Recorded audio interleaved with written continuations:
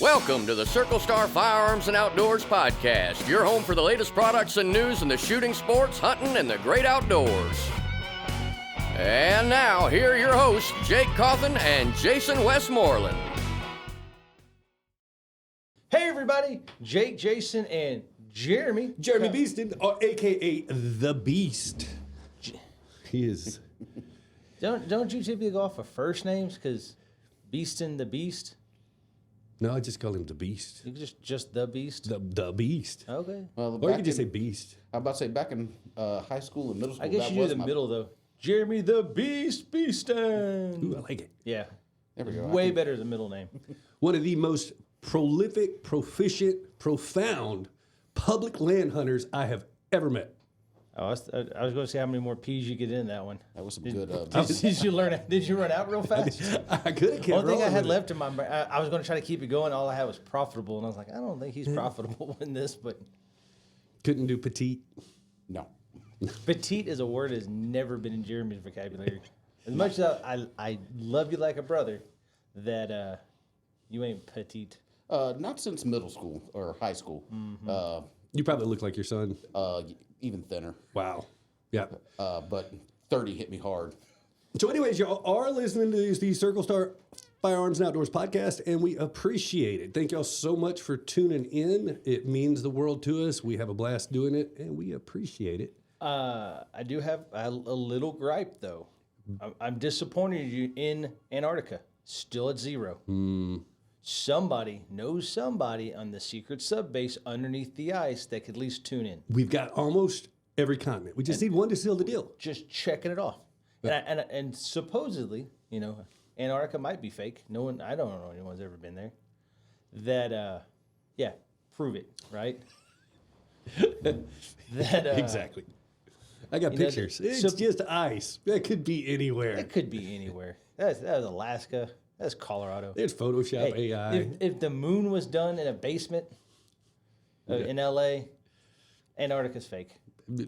Calling it now. Calling it now.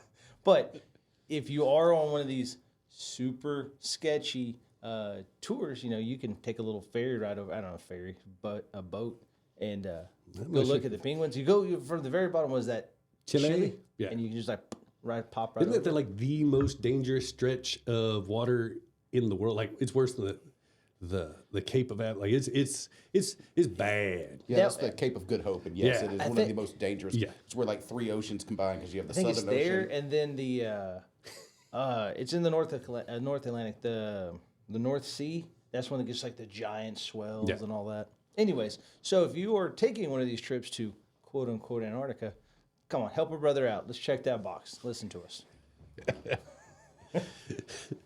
Shenanigans. So thank you everybody for tuning in and listening. And for the guys who are watching on the YouTube, hi. We're excited about this show because Jeremy, longtime friend, First time caller. mentor, and like Elise said, just a freak of nature when it comes to hunting public land. And then just an all around good guy. He really is. He's one of those but I'm guys sorry- you trust with your I have life, never your wife, welched and on your a money. bet. I am sorry, ladies. We played him up so well. He is taken. So He I know. is. And he has never welched on a bet. Made a heck. It's the either top one or second most commented or talked about part of this podcast is your little alligator stick. Yeah. Oh yeah. And I do stand by what I said that day. Being taken out by a stingray is a bitch way to go out.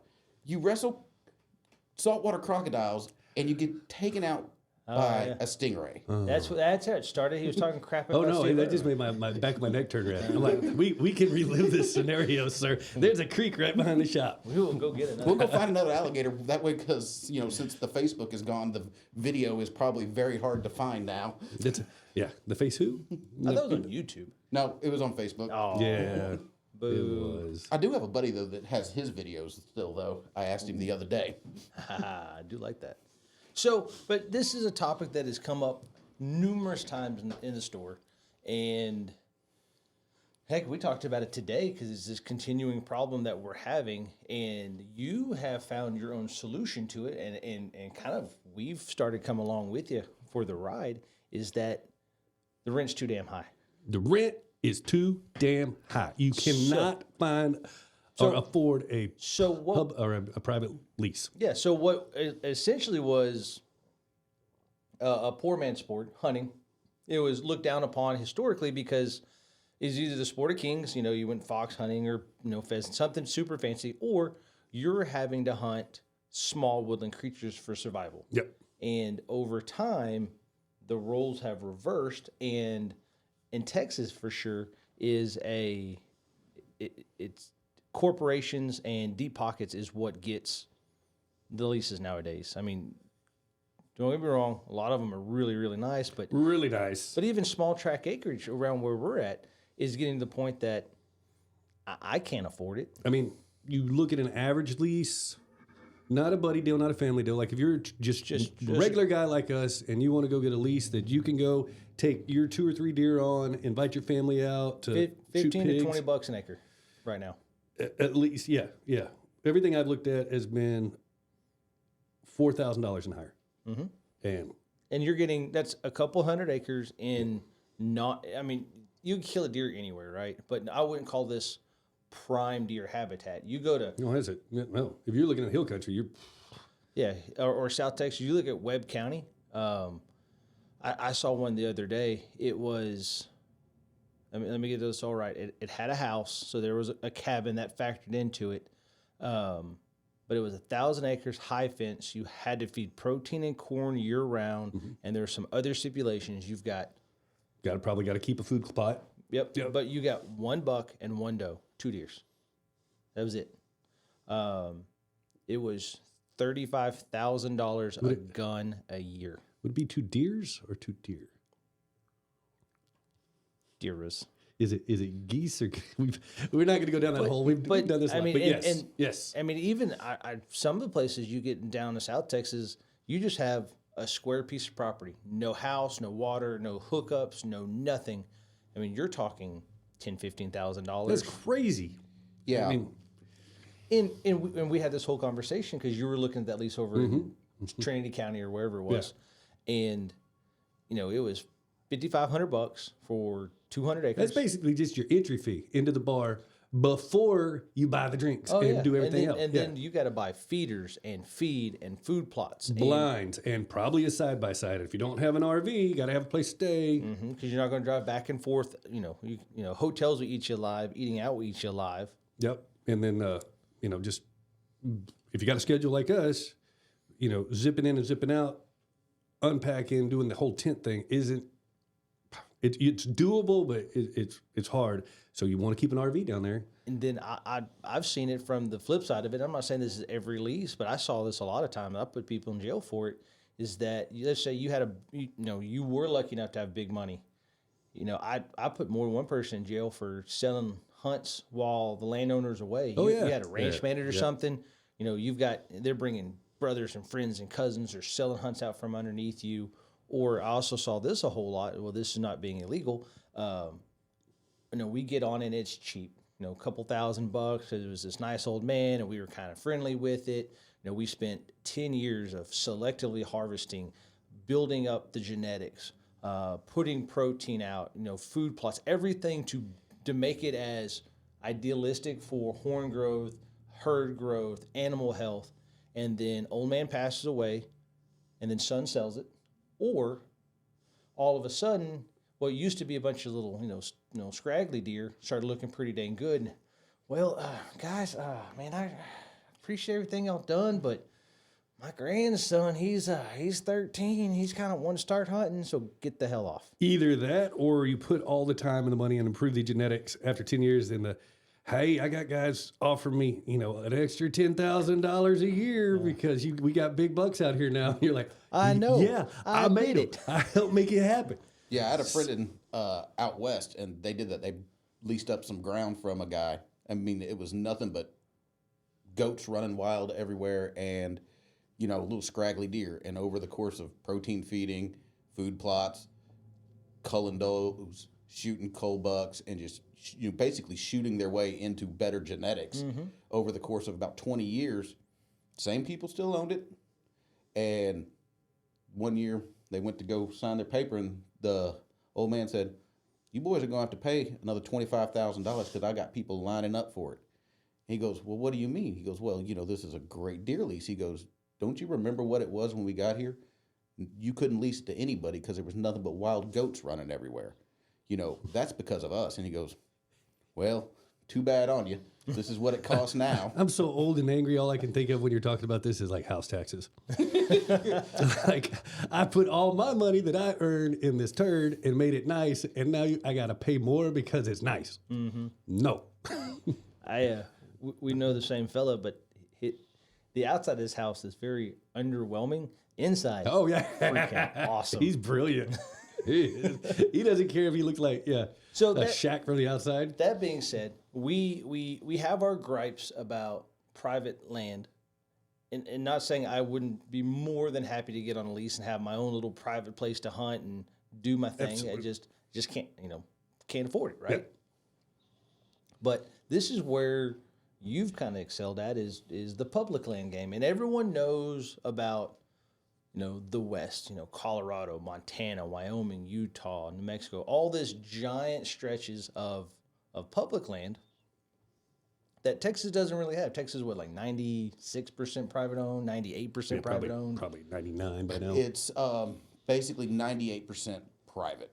There is less than 1% or right at 1.2%, depending on whose numbers you go off of Texas, that is public huntable land. And then from that, probably half of that, 3/4 of that, you don't really get to public land hunt because it's in a state park, or if they do have hunting, you have to draw for it, and it's like Travis and I, my son this year, we drew a youth hunt at Garner State Park for deer and axis, but it was super limited.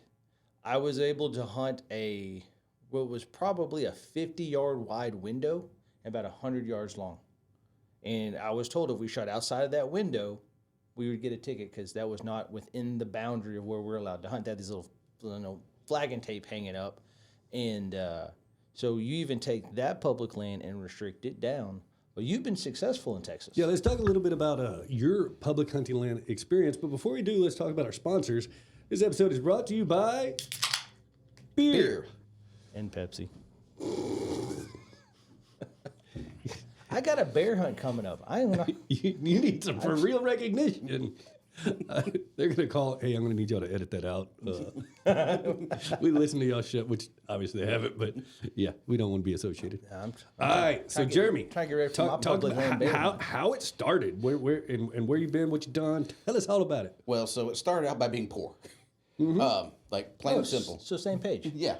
I got into hunting kind of the way everybody, when they're young, shooting turtles and squirrels and things like that. And, at this point in time, I imagine the statutes of limitations has run out. But my grandfather never told me I needed a hunting license to do that. He said, hey, go shoot them squirrels on that pear tree. Oh, yeah. Because they're eating all the pears. No problem. And then take them over to great-grandpa. He'd skin them up and cook up squirrel and dumplings. And, I got a taste for hunting. I was like, well, this is fun. Managed to get, some buddy access and stuff, while you're in school, and hunt on their place, hunt on another buddy's place. And things are pretty good there for a while. Then you start getting a little bit older and, people's family land starts drying up, or they start leasing it out because it's worth money to the family to lease it more than, a couple of kids going out there and hunting on it. Mm-hmm. And all of a sudden my hunting spots all dried up, and I didn't have anywhere to hunt for about 2-3 years. And I met one of my customers through my day job, and they said, well, let's go hunt the government woods. And I'm like, what in the world are the government woods? I mean, I've heard of the long lease, but... Yeah. But I'd already been hunting public land for a couple years at that point in time, but only for doves, just because I knew that close to where I had grown up and a few other places that there were the TPWD private land dove leases, and you'd pay your $48 for your APH, and you could go out there and you could go dove hunt. That's your annual public hunt permit for state of Texas. Yeah. It gives you access to about 85 to 90% of what Texas has to hunt. I believe it's what, $48? 48. Yep. But so I was doing that, and well, these government ones I went to go go hunt. You didn't need that. It was just government woods that you could go hunt. Didn't need a permit, didn't anything. All you needed was your hunting license. Well, I didn't necessarily believe this. I thought for sure we were going to go to jail. We were camping on their little 10 acres that was out there in the middle of this national forest. And we went out there and hunted, got checked by the warden. And I asked him, I was like, so what's the deal with this? He's like, oh, yeah, no, all you need is a hunting license. And I was like, well, that's kind of cool.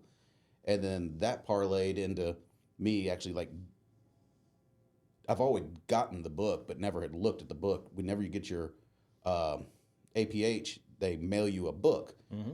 And over the years, it's gotten thinner and thinner and thinner. But back then, it used to be about 3/4 of an inch thick. And it had all kinds of stuff in it. And it had a little table, and you could go, oh, deer, turkey, waterfowl, quail, pheasants, like whatever you wanted to go hunt, pretty much anything in the state, exotics. And this would give you how to get there, any special rules, the boundaries of the property.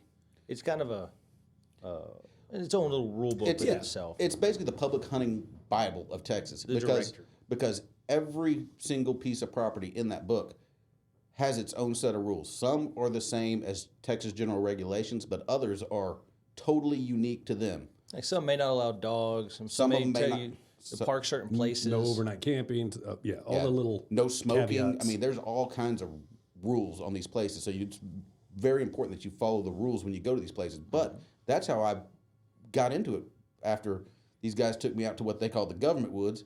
We went out there deer hunting for 7 days. Where are the government woods, by the way? In East Texas. Okay. I'm not going to... He's not going to divulge any specifics. No. We know, Jeremy. No, you don't name spots. Because remember we had all that, yeah. Because when I started hunting public land, that was the poor man's. Like, people looked down on you for hunting public land. It wasn't the cool thing. This is before Joe Rogan, before Meat Eater, before this. Like, oh, you hunt public. I hear people get shot out there all the time, and it's like nobody wanted to go. The pumpkin patch? Yeah. And like, I'll bring up one place because everybody knows it. It's Sam. You know, Sam Houston National Forest. Yeah, there's no secret about Sam. Half an hour away from us. Yeah. 200,000 acres? 300,000 acres? Yeah. And what, 20 million people within 45 minutes of it? It is jam-packed. Yeah. But, I mean, if you put in the time and effort and like every other piece of public wood advice ever, get away from the crowds, hunt away from the roads, people are successful out there. You know, the tricky part with that I've discovered, and I know Jeremy's definitely going to back me up on this, it's not necessarily the hiking in that's hard and why people don't do it. You know, a lot of people aren't scared to hike into the woods more than 200 yards. The reason they hike in 200 yards is if you hike in there and you are successful, you got to get it out. You got to get it out. And those woods are thick. Mm-hmm. Yeah, and that's where you will find your success is either one, getting away from people, B, scout, like off-season scout. You got to find where the animals are. And then the third thing that I've historically done is use the other people hunting to your advantage. Mm-hmm. Get in earlier or even get in later as they're moving in. They're moving animals around for sure.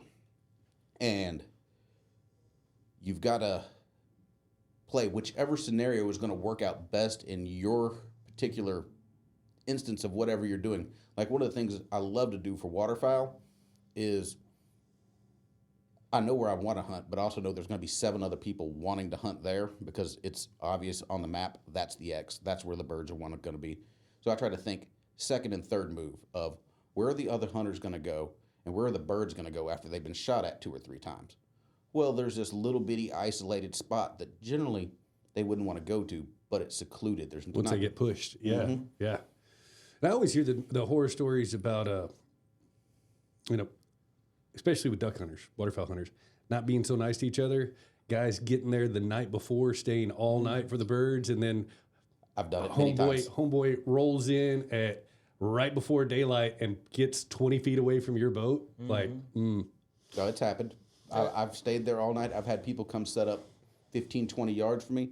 Generally, in that situation, I'll try to work with whomever it is. See, that's more of a waterfowl problem than a deer hunter problem. Is it? I've had it happen deer hunting, too. Now, this was kind of a weird situation.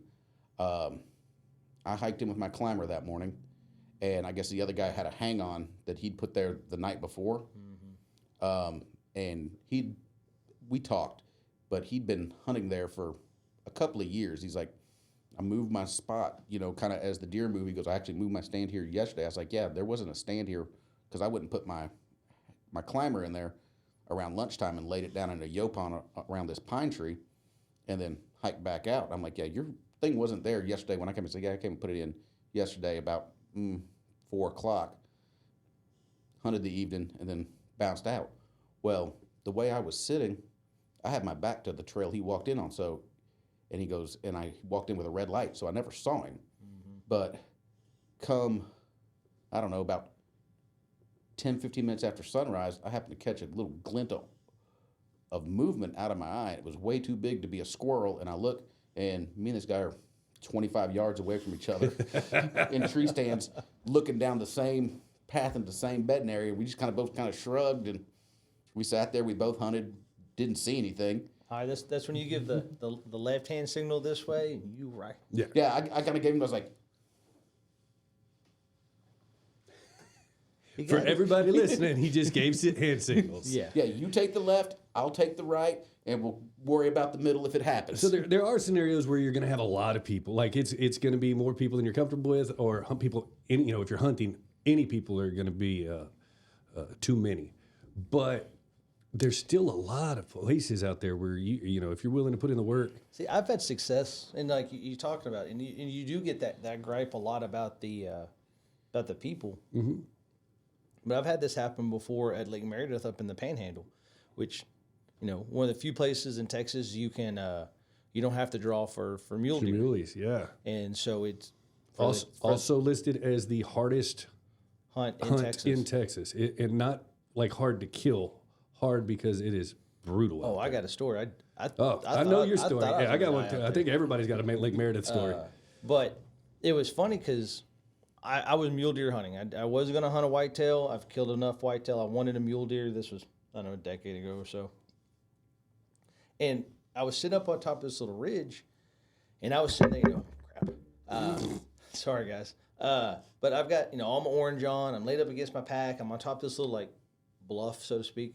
And here comes down a trail. I've been there for hours and hours. Here comes the trail. This guy and his friend just bebop along down the trail.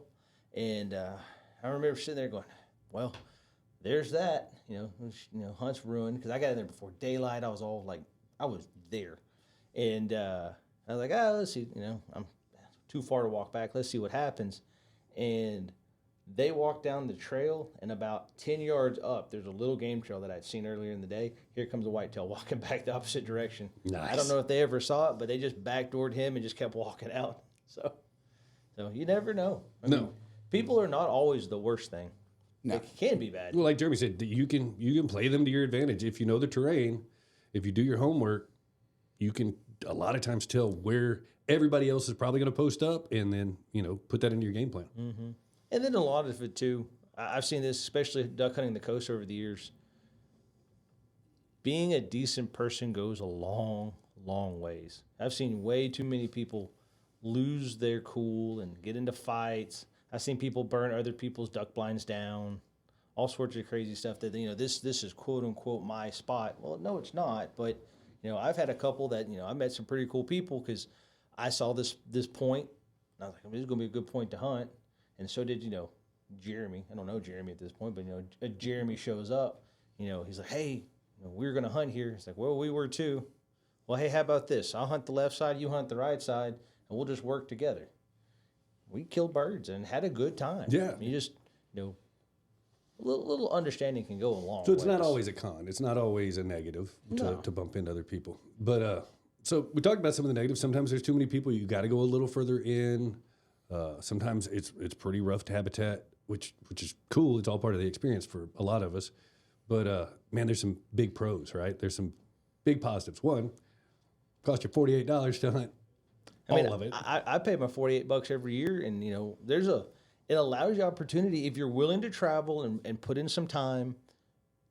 You can hunt everything in Texas on public land. I mean, I don't care if it's if some of them you have to put in for draws, and there's some of them are free and some of them are $3. Texas, and this is a whole nother topic over that. But Texas is the cheapest state to put in for public land draws by far. especially after I put in for Wyoming Buffalo 2 nights ago. That's why we're out of money. That is exactly why we're out of money. It's $6,000 a pop. It gets refunded. Thanks for telling me. Unless you get drawn. Hey, Yeah, but then you get a buffalo. Tatanka. Tatanka. The Tonka. Anyways, but quails, squirrels, deer, white-tailed deer, mule deer, all sorts of dove places to hunt. Axis. Neil guy. Yeah, that's another thing we talked about on the last show or two ago. Exotics. You actually get a shot at getting some pretty cool exotics. So I have a buddy that for the past 4 years has hunted Neil guy down south on public land. Archery? Archery. Yeah. Archery twice and rifle once. Or no, archery 3 times and rifle once. He did 2 hunts the same year, once rifle, once archery. And has seen Neil guy every time, gotten a deer twice, and had a shot at a Neil guy with his crossbow and threw that thing in the trash and said, I'll never take a crossbow hunting again after that because he missed. And it kind of stood there looking at him, and he couldn't get it reloaded fast enough to get a follow-up shot. That was me with black powder, like traditional ball and cap. Yeah, no more. But see, he's had pretty good luck. I have not had the same story. I've put in every year and I know the stuff I'm putting for is tough to draw. The bighorn, mule deer, pronghorn, And in the all in the prime areas. And in the prime areas. Yeah, especially in other states, that's different. They have different. So think of states. If you don't already know, the states are kind of into not necessarily a grid, but into different areas that are called. Most of them are called units, and there are some very highly sought after units because they have a high production rate. So they produce a lot of animals, and some of those produce a lot of really high quality animals. And there's all kinds of sites and apps and everything. We're out there, and you can get on the interwebs, and you can do your research and figure out draw rates. And everything, but there's a reason you get low draw odds, and everybody's putting into it because they do get drawn. But like Travis, on the other hand, he's been highly successful. Every year we've drawn 1 or 2 pretty decent little public land hunts that we've been on. So so and another thing, especially in Texas, is it in the annual hunting pamphlet all the options for the youth drawings? If it's not in the It's in on the outdoor online annual, draw. It tells you how to do it, online and it's a little bit of a process to put into them. Not huge, a little bit, but it tells you how to do it and hunts that you would have never thought were available. and all the kids' entries are free. Yep, and they start earning points, and you can preference points, and you can maybe use their points to help you. Just saying. And then, except in my case, that I've got like a decade's worth of points, and Travis has like 3, so they have it. Yeah, dragging you down. I'm bringing him up, but he's pulling me down. So sorry, Travis, there's some stuff I don't put you in for. You'll listen to that one day in 10 years and be like, that's son of a gun. Well, but after you draw, then he'll pull you up. That's true. So it works both ways. So, but we're talking about that. Would you say Texas is your favorite spot to hunt public? Yes, Texas is my favorite spot to hunt in general, just because it's 24/7, 365. There's no not hunting season in Texas. There are parts of the state where you can hunt squirrels year round. There's parts of the state where you can hunt pigs year round, on public, on private, etc. But as far as public land goes, there's spots that you can go hunt a pig any day you want. You can go hunt a squirrel. You can go hunt lots of different things. So I love the fact that there's no closed season. There's no playing the draw odds game of Colorado or New Mexico or whatever, because most people outside of the state of Texas don't get that when you buy a license in Texas, oh, here's your tags. Most states, you buy a license, okay, cool, now you can go hunt maybe small game or something like that, but you got to put in for your deer tag, your elk tag, your mule deer tag, your... I've got a buddy that lives in Utah. I do a lot of business with him, and I was talking to him one day. In his own state, as a resident, he is hopeful that at some point in the next 10 to 15 years, he'll draw a decent elk tag. Wow, that's crazy. I saw a post, and I'm going to get this information wrong, but a guy was going on a rant on Facebook, believe it or not, and he was talking about it's about points creep and about draw odds and how mathematically, statistically, like you'll never do it. And so he was talking about if you are a non-resident in Wyoming, if you have under 10 years of preference points, you will die before you ever draw a moose tag. It is statistically impossible for you to ever draw one. If you have 15 to 25 points, which is you get 1 point a year, if you're young enough, let's see, he said if you have 25 points and you're like 35 years old, because there's an age you start earning points in Wyoming. If you started like day one and you might have a small chance of drawing before you die. But if you don't have 25, at least 20 points by the time you're 30, Yeah. you'll never draw. So in those states, yeah, you don't hold your breath. So I mean, but that's why Texas is unique in itself, is that we don't have that problem. You pay your money, here's your tags, go nuts. Yeah. You know, Yep. follow the county law, the rules, the harvest regulations, and Yep. Pull up your outdoor annual and go, or look in your the public lands book or the yeah. I mean, if you live, and follow the rules for that particular unit and go nuts. Like, I used to go all the time in the spring, and I'd make this loop. It would be, I'd go catch white bass and crappie in the morning. In the afternoon, I would go squirrel hunt, and then in the evenings, I'd go hunt pigs. And Sounds like a good day, Tater. it does sound like it's a good. darn good day. Yeah, I could dig up that. Yeah. And it's opportunities that, yeah, you can't just go out and do in other states. Exactly. And I mean, I could do it every single day of the year if I wanted to. And you can't go do that in other states. Like, I've hunted other states. I've hunted Colorado. I've hunted Arkansas. Y'all got a great story for public land hunting in Colorado. Mm-hmm. Yeah, that was. I didn't get invited, You're still not invited. son of a. Well, But it was you two guys and Super Dave Lewis, and yeah, that was a wild trip. And that was, I mean, that just shows you this whole story will show you the opportunity that public land affords, because we just got this wild hair. We're hanging out at the store one day talking about it, and we're like, let's go. you boys like Mexico. Pretty much Yeah, how that's it pretty much happens how it around here. happened. I think you were doing research for elk and other things. And you go, a bear tag is only $109. Yeah, that's 100% why I decided to do it. And I was like, $109. I have $109. Over the counter. You just show up and here's $109. Let's go. And none of us had a clue. Oh my gosh. We'd never been to the mountains. Ever. That's pretty much how we do it. This is- Everything. And it started off so poorly because we drove up there, and we're in. Imagine I'm using my hands here, guys, but this giant ravine. I bet it's 500 feet either side, and we're right up against this gate that it's walk-in only at this point. And so we were going to camp and hunt. So let's camp and hunt. And a thunderstorm rolled in that night, and I'm sitting there laying in my tent, thinking, in my mind, I'm like, God. I don't think they have tornadoes in Colorado, but this damn sure sounds like a tornado, because that wind would roll over the top of that mountain and then hit that ravine and just truck through it. And I'm in this little one-man tent, and it's pouring rain, lightning, thunder, and this tornado sound and wind, and that tent, the top of it is like at the edge of my nose, just going, wah, wah, wah, wah, wah, wah. I'm like, And Dave's sleeping in a bivy sack. he is.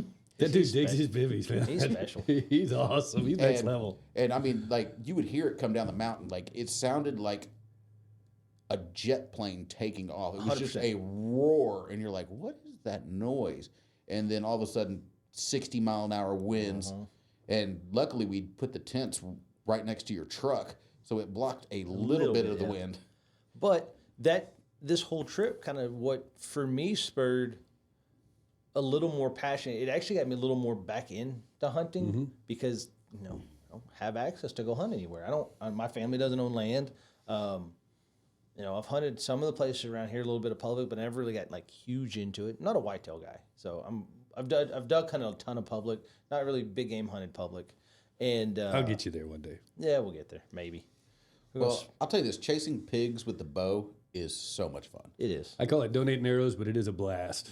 There's a good chance you're never going to see it again, but yeah. But what was neat about it is that we're 3 guys from Texas, don't know anything about nothing. All I know, and this is what was so much fun for me, is that for like the month and a half leading up to it, because we didn't have a whole lot of lead time on this. This was like a spur of the moment stupid decision that we are sitting there where we've got Onyx maps, we've got Google Earth, we've got, we had this entire unit. I think we hunt 3 units, just the way this tag happened to be. And we're going over every little detail, and like we have this group chat going back and forth, and we're sharing photos and waypoints, and we're doing all this. And I was like, this is awesome. This is like every part about this. And it's public land that you just show up to, park your truck, and go that way, and let's give her hell. It's an adventure. It is. And it damn sure was. Yep. And then we broke the cardinal rule. We left bear to find bear. We did. And We drove back across the mountain because we drove up there. We had to go, for whatever reason, we needed to go to a Bass Pro or Cabela's. I think you wanted to go get the topo map or something. Dave did. And then we needed some other little supplies. And so we did that. So we drove from the luscious green east side to the ultimate desert. And we're like, well, this definitely isn't bear country, because I'm looking on OnX as we're doing this going, yeah, we could hunt here, but there's nothing here. And so we stopped. We went there, drove to where we eventually hunted, more or less. We eventually drove around the other side of that 10,000-foot mountain we were hanging out on. It was a big change going from the way we hunt in Texas to the way you hunt Colorado. It's different, right? You don't hunt the same kind of style. And every species is completely different. And if it's a new one, there's a huge learning curve. Yep. So we get there. We're not crazy high elevation, but it's September. Yes, September. Yep. And so the rut's in full swing. If I was smarter than I am, that I would have brought my bow, because it was also an OTC over-the-counter elk unit. Didn't know. And you also saw elk. And see that was allegedly. it was huge. It's a monster. But that was the 2x3. so Little raghorn. that It was actually a whitetail. But that for me it was neat, because that's the first time ever hearing elk bugle in the wild, and there's birds. Like I tried to kill it. I found this little piece of water. I was like, man, this would be a great place for them to come get a drink, and I'd shoot one, because that was my idea. Hunt water, right? It was hot. It was like 85, 90 degrees during the day, and The mountain mallards. yeah, there's big grouse. I was sitting there. I was tucked up in this little some deadfall, and I was like, okay, I'm bored, and there's no bears, and here comes this grouse down this little trail, and for y'all watching on YouTube, it's from me to Jason. I have my Nalgene bottle, and I was just waiting for it to get close enough. I was going to try to kill a grouse with my Nalgene bottle, and I threw and missed, but I got so close. I think I know why you might not have killed a bear. Well, my favorite thing about that trip, aside from the fact that I killed a bear and Dave killed a bear, That's true. And Jake did not kill a bear. And here's what's funny about that. It's the fact that you didn't kill a bear. That's what's funny about it. I'm not real mad about it, because I had a ball, 100%. Like the bear would have been just like the icing on the cake. That's what I would say too if I didn't kill a bear. Shut up.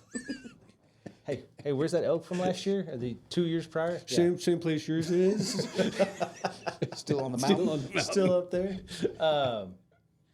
But it was funny that I saw every creature a mountain could have but a bear. I saw mule deer and elk and the birds and all the stuff.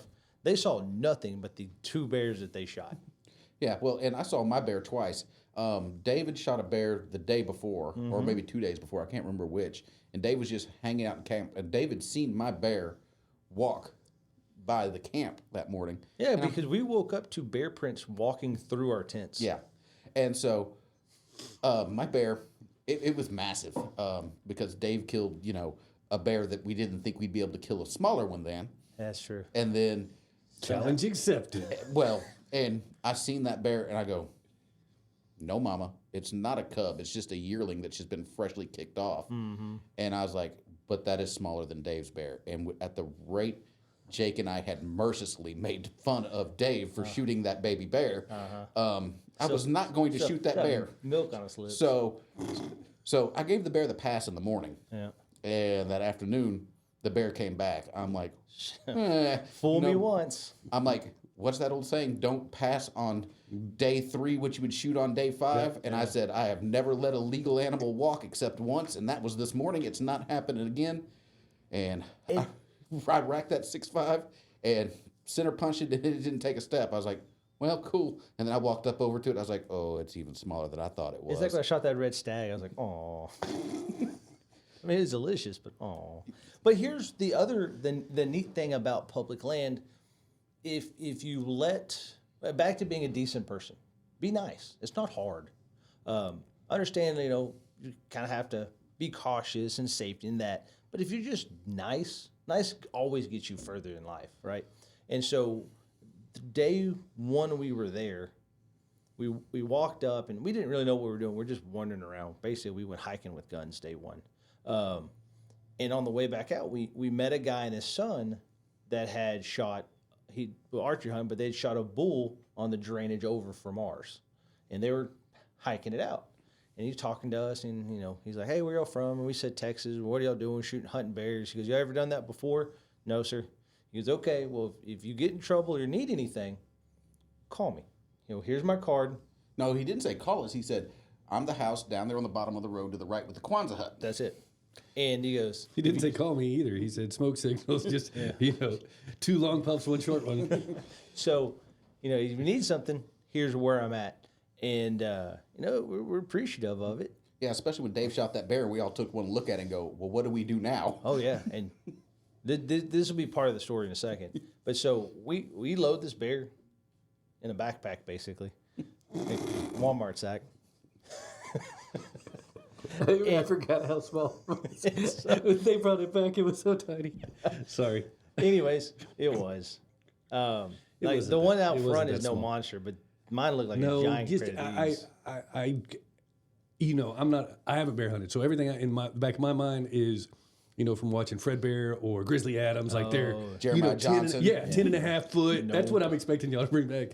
But anyway, sorry to interrupt. So we drive Labrador. down. It's right about dark, and we knock on the door and say, "Hey, it's us. We don't know what to do because we're trying to save this thing, and we don't know what to do." And super nice guy, he goes, "Hey, pull around back. We'll open up the skin and shed," and he just he gave us a master class on how to properly skin out a bear to save it, how you get around all the fingers so the claws stay in, and to make sure you put a stick in the mouth because they got to pull that tooth. like little stuff that we never would have thought of, and then end up being the most, I wouldn't say traumatizing, but surprising part of skinning a bear is once you get the hide off of it, it looks like a fleshed human body just right there. It is disturbing. Yeah, it's very human-esque. It is. And the other really cool thing about that is he took us into his little office there. It's freaking weird. He has this enormous elk in there. He's like, oh yeah, this is #1 record book elk. Yeah, he goes, it's still running around on that mountain somewhere. So he found it shed. So he was from like California or somewhere. Somewhere like that. And he moved to Colorado because he was a huge elk hunter. And he's like, you know what? I decided I'm in construction. I can do construction anywhere. He moved.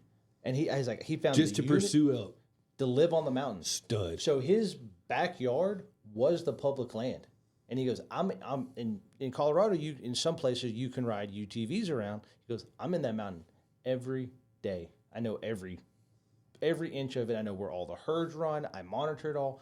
I watch it like a hawk. Knows every animal. He knew where Dave killed that bear at. He goes, oh yeah, you shot this bear here. Yeah. And he goes, yeah, how'd you know that? He goes, see that bear all the time. So that being said, he said, I've been watching this this elk. I've been hunting this elk. I haven't got a shot on him with my bow yet. I'm going to take him with my bow, but it is a 420 class public land bull. He goes, I watched him every day after the season because I was going to find his sheds. And when I found him without horns, I started shed hunting every single day to find them, and I found them together. He goes, so I went and bought a hide, and I had him recreated. He did all the ducks and limiteds with it, and the Rocky Mountain Elk Foundation. Like he went on like a little show off circuit. It was a monster. Wow, what a guy, dude! But I mean, what a wealth of knowledge. But it's one of those things. It's neat that you can get together and just, a guy that's super nice, that's willing to help what they call flatlanders. Try to have a good time because he, I mean, he's the epitome of it. He knows what public land means to hunting, to outdoorsmen. Yeah, to conservation, like the access is everything, because without access, there is no hunting. Because at the end of the day, if it becomes strictly a pay-to-play kind of thing, then no one's going to play.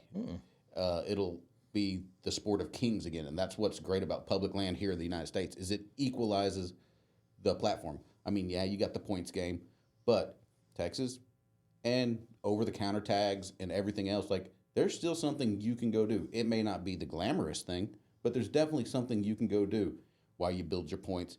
And hunting is hunting, and you're building your skill set. And you nailed it. Public hunting, like we said earlier, can be difficult. It's supposed to be. It's there's no high fences. Nope. That's to a lot of people the appeal of public is a good example is if you kill an elk anywhere, other elk hunters normally the first question they ask is public land or private land, because there's a big difference. Oh, 100%. Yeah, there is now clout, and it's a lot of clout with killing an elk or even a whitetail on public land. Like I look at some guy who goes and kills a 250 or 300-inch whitetail behind a high fence. Whatever, cool. You can write a big check. Well, I mean, there was a place in South Texas that that was his number one rule. He goes, I don't care what you do, never ever let people know that these are breeder deer, because they go out of their way to make sure that they'll bring you into camp. Hey, what's your dream deer? Oh man, I've always wanted a double drop buck. All right, cool. They know the budget, what they're here to spend. They'll go, okay, Jeremy, take Jason over there to stand 7. Yellow 5 will come out at about 4:45. Shoot him. And then they'll make a big deal about it. Oh my gosh, we've never seen this deer on camera before. We thought he died 3 years ago. Dude, this, and they'll get all excited and they'll shoot it and be like, yellow 5 down. Yep. It's got a tattoo in its ear, it's got a hole from the ear tag. They would truck in 50 deer every year and just shoot those 50. But hey, you know what a good feeling is? When you're on low fence and hunting public and you shoot something and you can tell when your tag got when yellow 5 got out. when yellow 5 got out. But you're right though. There's clout to it, Yeah. and I've got friends that have been very successful in public. I mean, it's not always monsters, but To me, it's because it says that dude put in the work. Well, there's a feeling when you get out of that truck, you got that pack on your back, and you just look up, and now it's you versus the mountain. Yeah. So the most accomplished I've ever felt hunting anything was when I shot my first archery deer on public. It was a doe. It was nothing special, But it was. But it was the biggest trophy of my life because I'd put in the work. I'd seen deer, but not with an archery range. And shooting a deer with a rifle, okay, at this point in time in my life, the thrill of it was kind of gone after going on MLD places and culling does and stuff. I was like, okay, yeah. I mean, shooting a deer with a rifle is not really. Yeah. It doesn't like get your heart pumping and your hand shaking. Once you've done it enough. Yeah. You can get a little. Once you've done it a bunch of times, desensitized to it. You get kind of like, okay, cool. It's grocery shopping underneath a feeder. Yeah. But when you're out in the woods, there's no feeder. You're on a trail. You picked where to put your stand. You're looking at the ropes. You're looking at the scrapes. You're looking. And you're sitting up there and you hear that crunch, crunch, crunch, crunch, crunch, and then you see that little flash of brown coming around the bend, and then you're pulling back and you're shaking like a leaf in a thunderstorm, and it's just a doe, and you're just like, you release and you see it, you hear that whack, and you're just like, oh, I did it, and it runs, and you hear the crash. you know instantly. Yeah. If that arrow placement's right, you know without a doubt. I fully understand where you're coming from. I can relate to it because I've hunted a lot and I've killed 160 class whitetails. I've killed a bunch of stuff.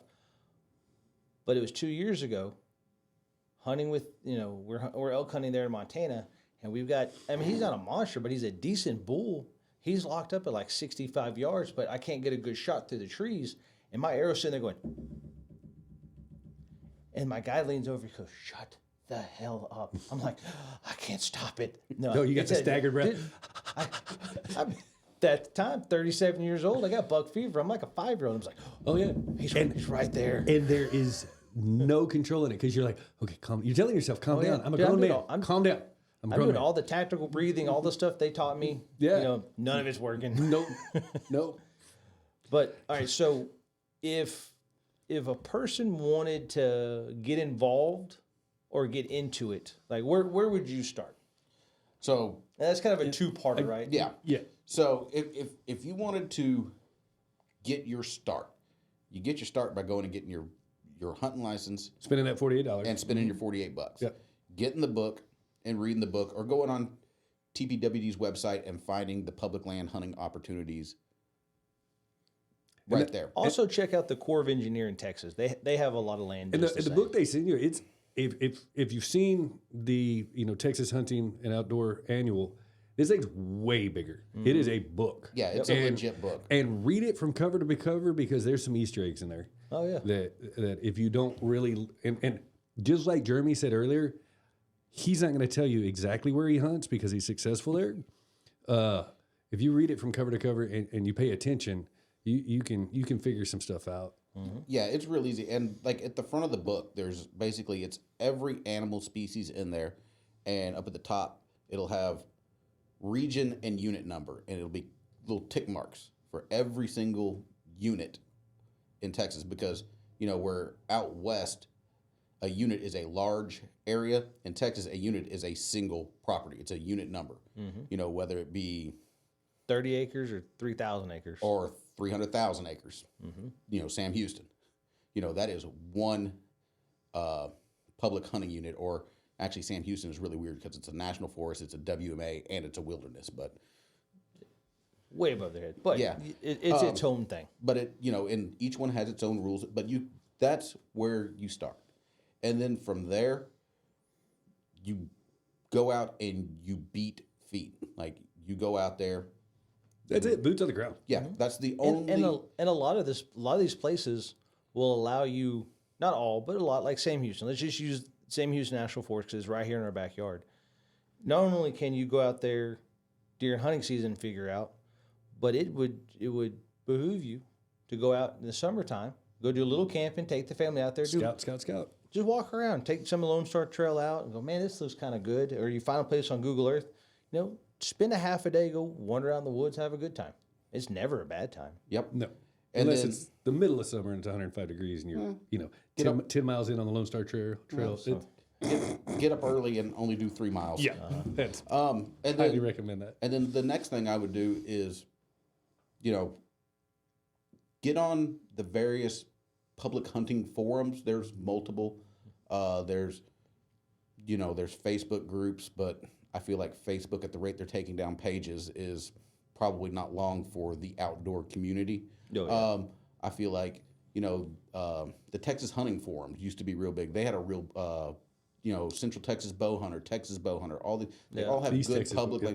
They all have good forums where people talk about hunting public land. But And the biggest thing, Out west, you got Rock Slide. yep.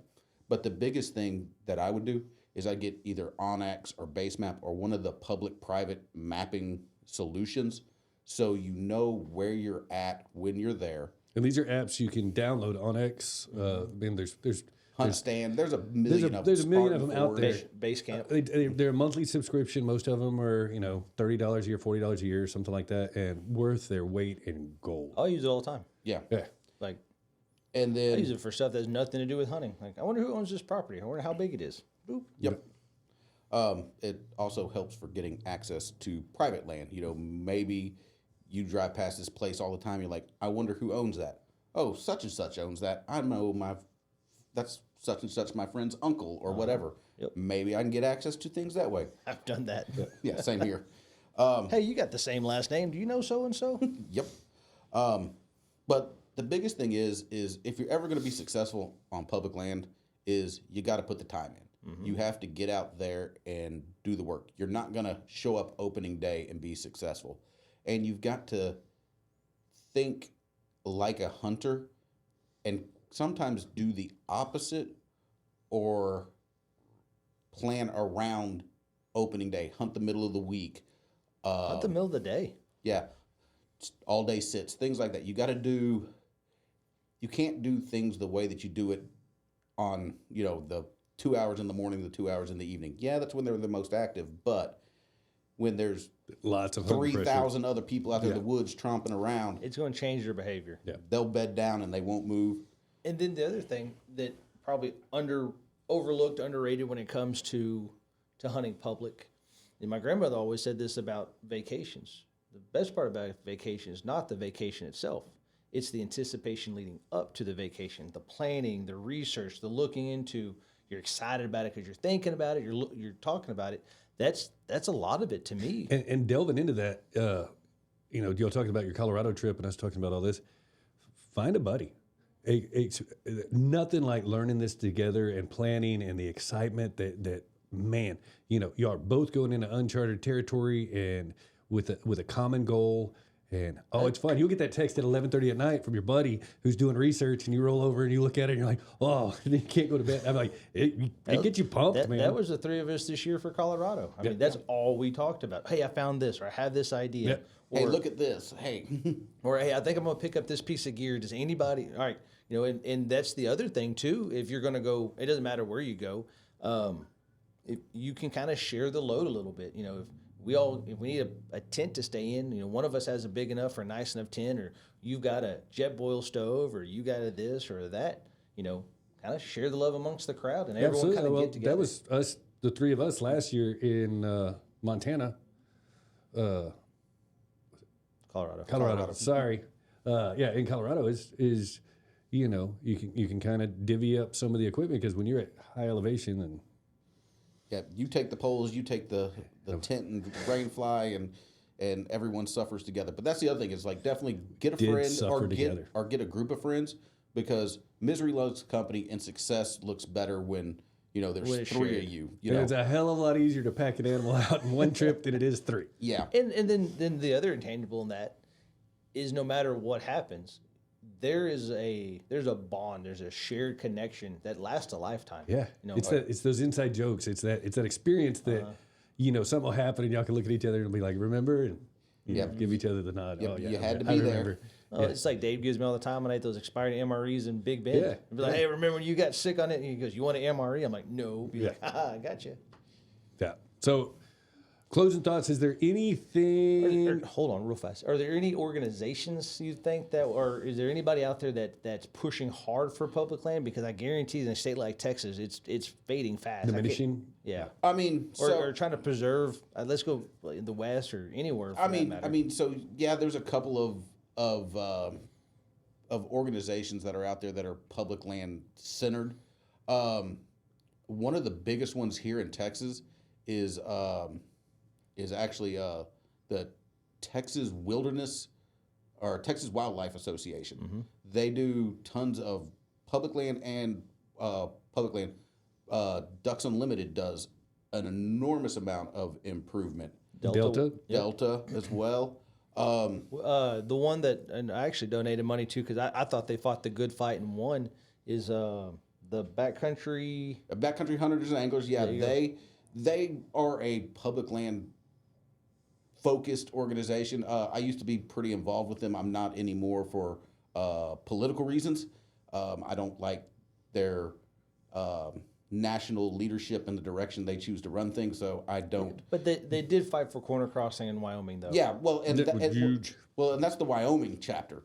I believe Backcountry Hunters and Anglers on the state levels do a very good job, but nationally, I get that. They're kind of anti-2A and things like that. And, the ex-head of Kimber was on their board for a long time. So I don't necessarily speak as highly as I used to of them. But the Texas chapter is awesome. They do lots of stuff for access. When Texas changed their law this year about the being able to hunt rivers. Mm-hmm. You used to be able to hunt any river, within the high water mark, with a rifle, including in the Golden Triangle down there for deer. And big money came in and changed those rules, and people were like, oh, well, that'll be okay. And then it caused quite the crap storm, and they're one of the people kind of leading the charge on that. But there's, put your money wherever you feel like it's going to do the most good. But the biggest thing you can do is just get out there, buy the public land hunting permit, and do the little survey that Texas Parks and Wildlife sends you and say, hey, we need more access. Hey, we need more places to hunt. And don't think they're not using APH sales as a metric of whether or not they should put any money into the program. They absolutely do.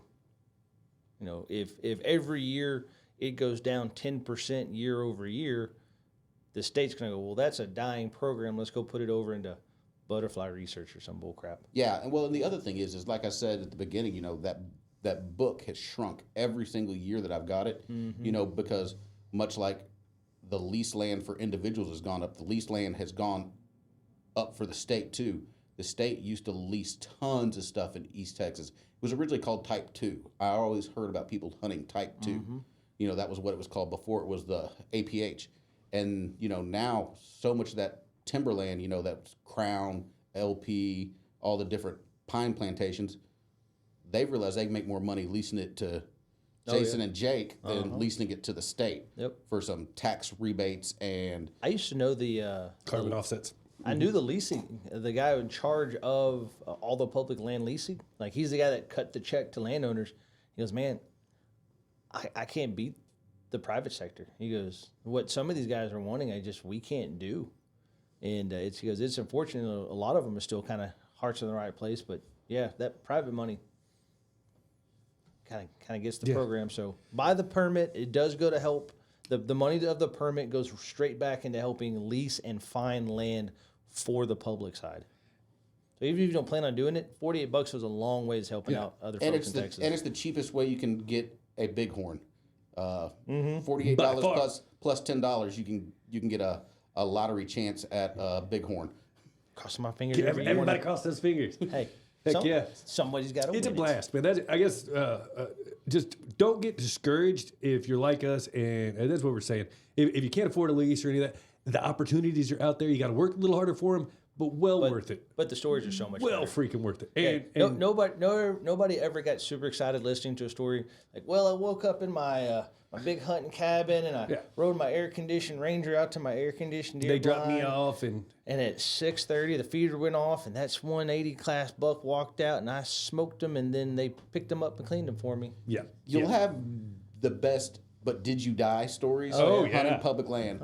I have stories for days about. Yeah, we can keep doing it. We got lots of hunting the coast. I think every year I almost die one way or the other. Yeah. Like, here I was. Yeah.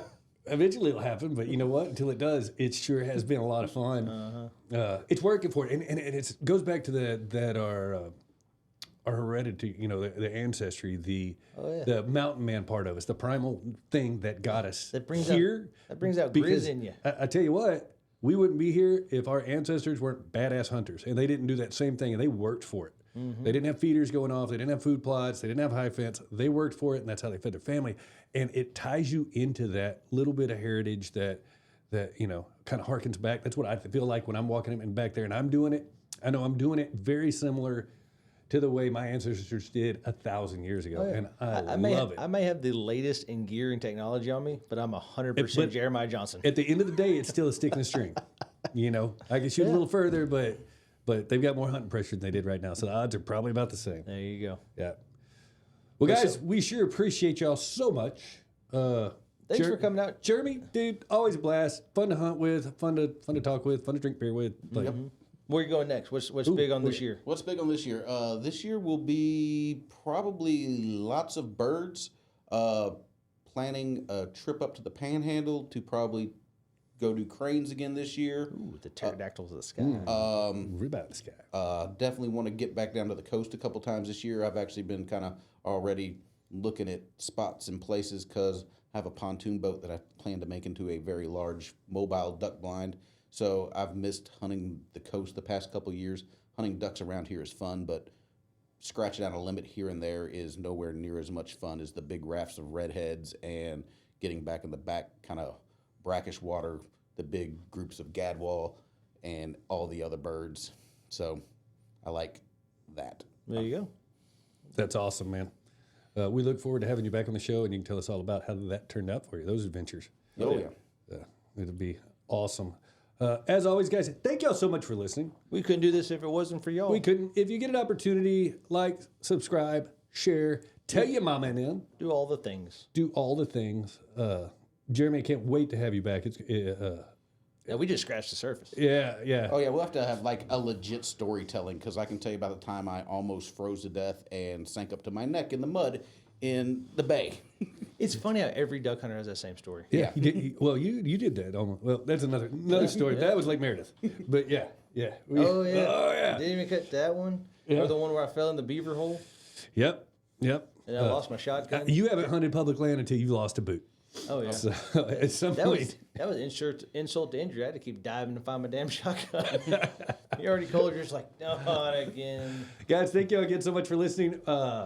Give us some feedback. If you're watching the YouTube, it's really easy to leave us a comment, let you know what you think.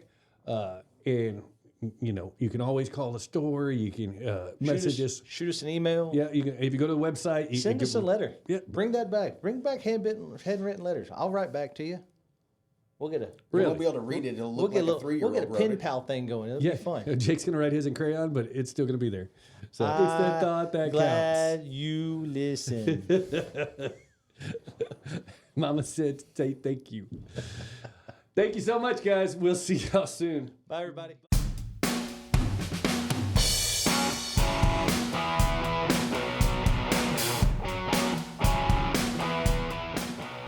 You've been listening to the Circle Star Firearms and Outdoors podcast with your hosts Jake Cawthon and Jason Westmoreland.